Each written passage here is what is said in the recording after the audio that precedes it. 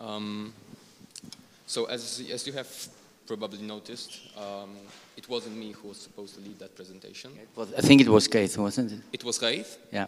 But because of, well, some political issues, he wasn't able to get here on time. Although he's on his way, he'll be here in the evening, but he asked me to lead that talk with you. He shared me slides. I didn't have much time to prepare for it, so it's going to be mostly improvised.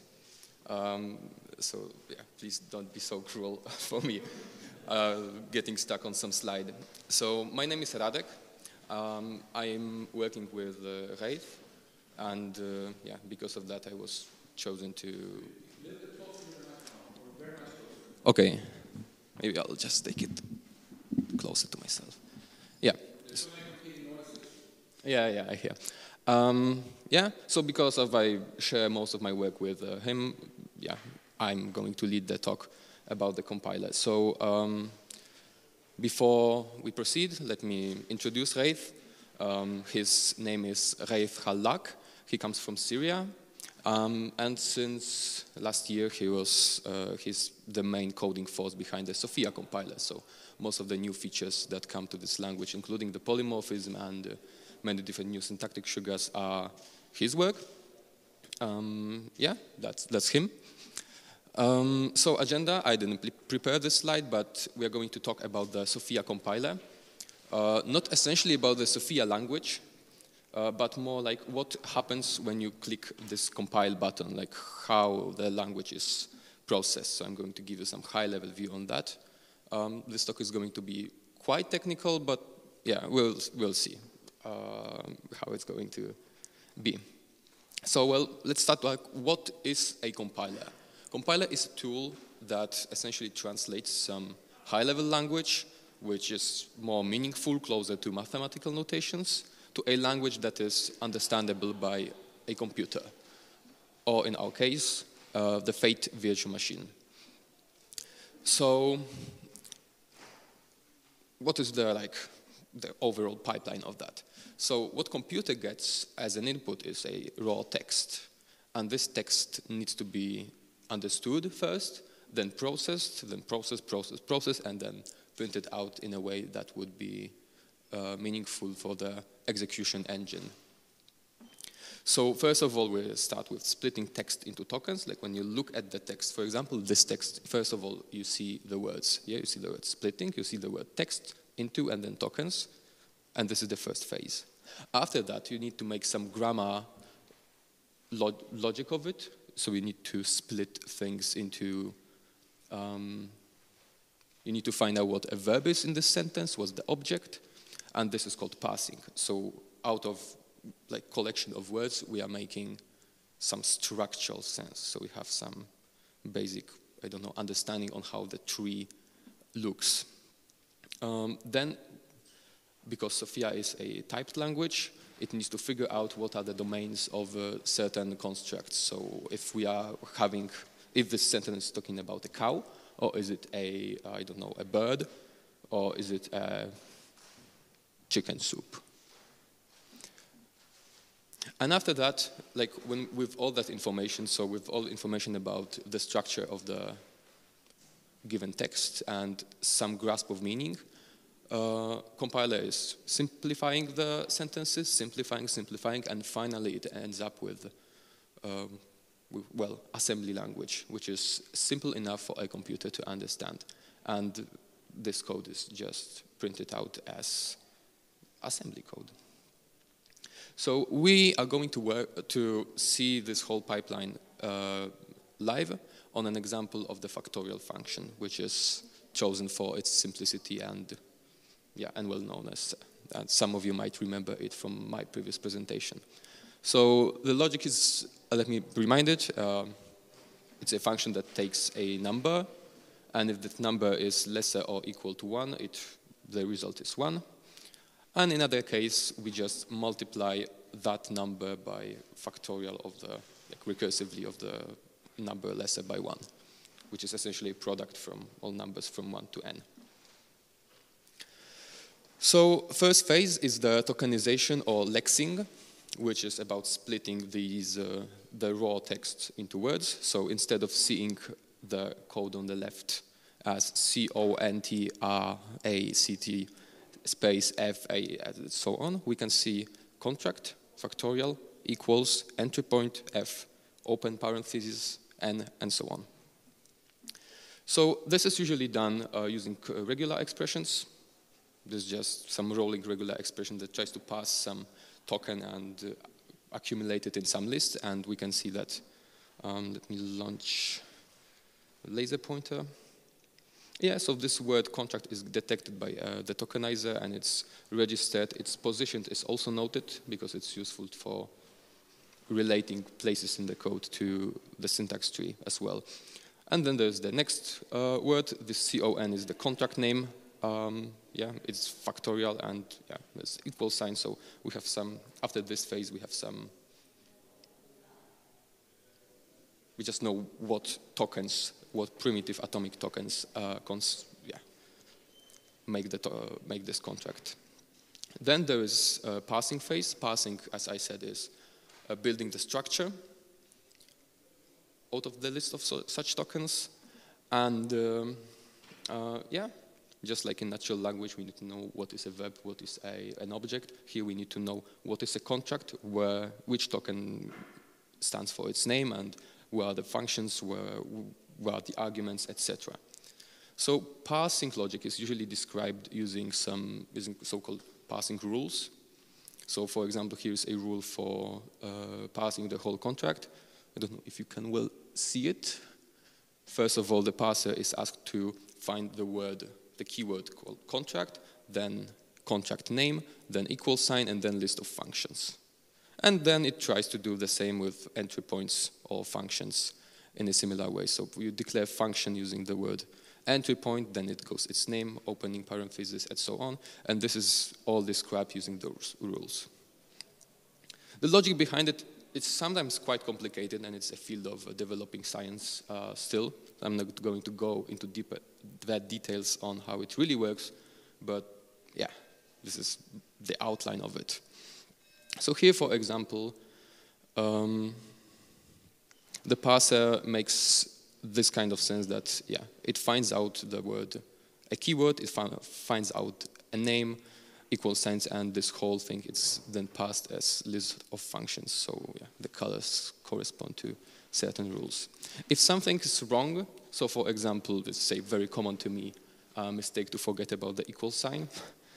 The parser will go through the list of tokens like it expects a contract, here it is, it expects a contract name, here it is, then it expects an equal sign, and it's not there, so it throws parsing error, and this is where you get some information that, well, equal sign was expected here, and I didn't get it, so I don't know how to deal with that.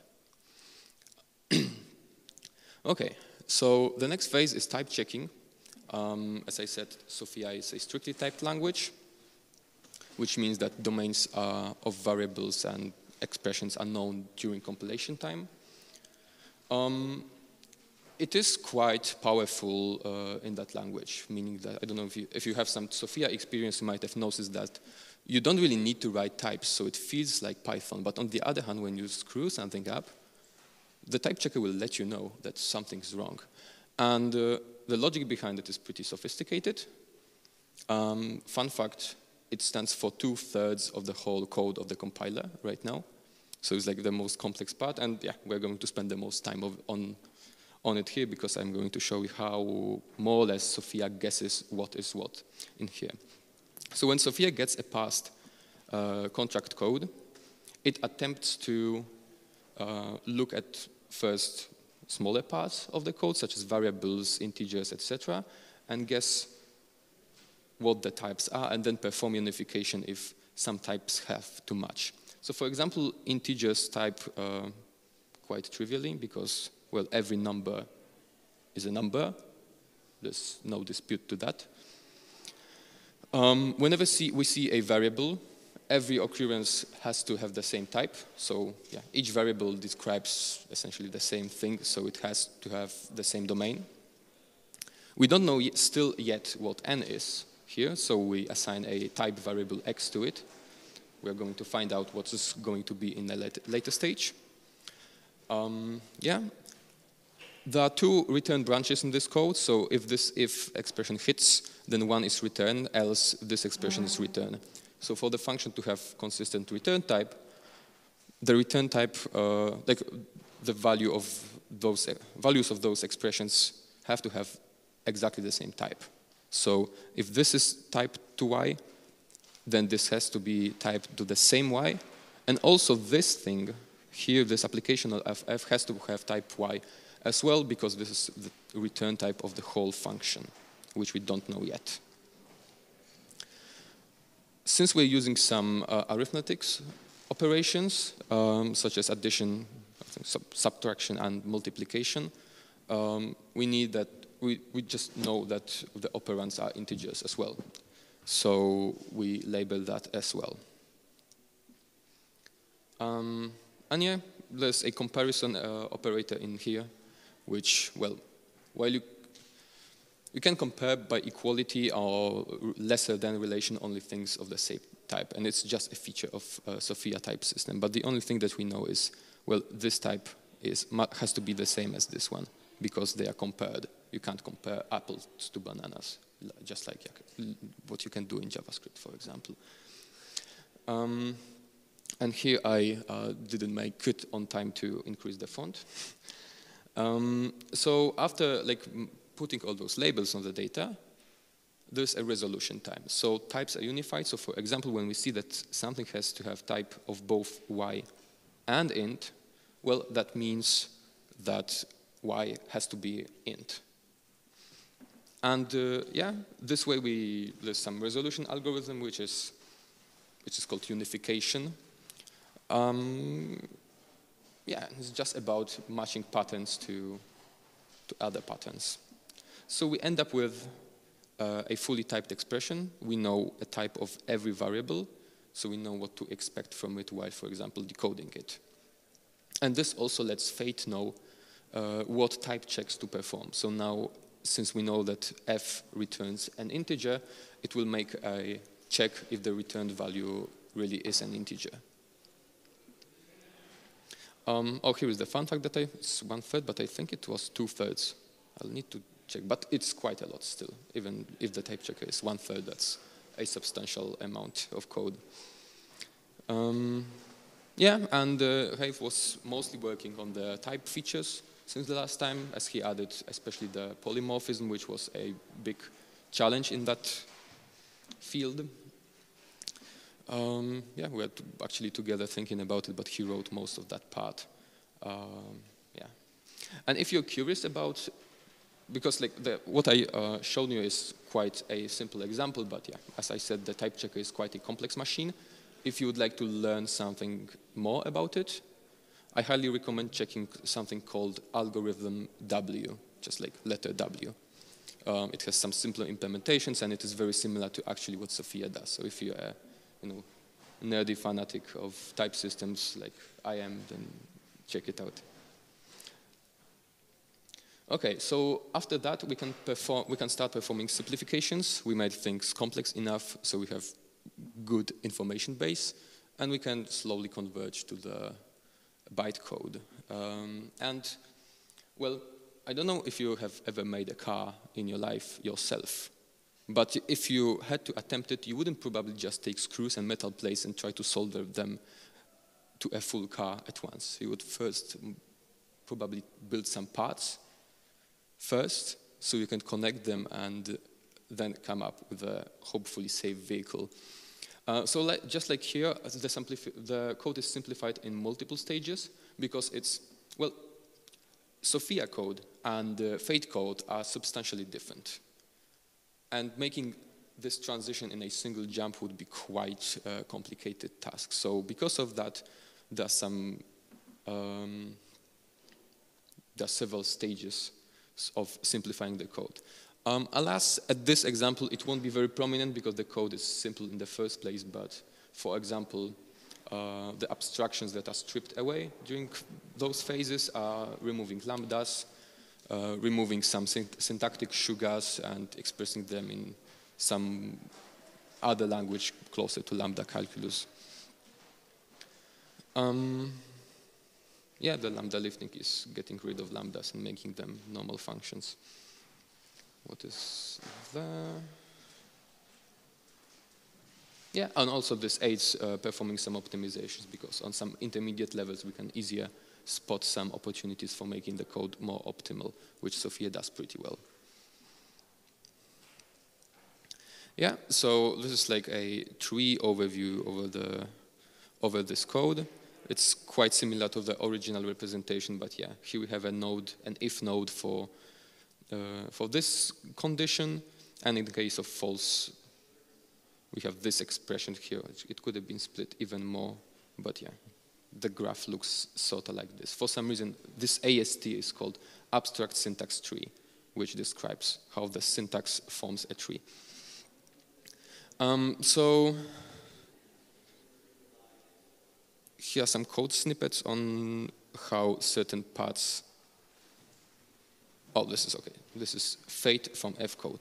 So as we saw this intermediate fate code representation here, it's compiled to fate using some, well, some algorithm, which is in some parts quite complex and in some parts pretty straightforward. But essentially what happens here is, as I explained during my talk about fate, it is a stack machine, so the parameters of intermediate operations are pushed to the stack. They're just stacked on top of each other. These are those pushes. And then when there's an operation that reads from stack, it takes those values, performs the computation, and puts the result on the stack again. Yeah, so here we have a conditional jump, or depending on if this n, this argument is bigger or smaller than 1. So the case where it's not smaller or equal to 1, we have some code for making a call, a recursive call. And yeah, and if it's not, we just return 1. This return R is a syntax for returning an object which puts on the stack, and as I shown during my talk, it does some stack unwinding, etc. So here you have some overview on how fate assembly maps onto the tree. You can admire it. I hope it makes at least some sense. And yeah. And this code is written in a form that's understandable by fate. It's not the most beautiful one for humans, but it's not really meant to be read for humans. Although it's, as for assembly, like as for other assemblies, it's a quite simple assembly language. So it's still readable. Yeah, and that would be it. I hope you enjoyed it to some extent and understood something. Yeah, and I'm happy to hear your questions.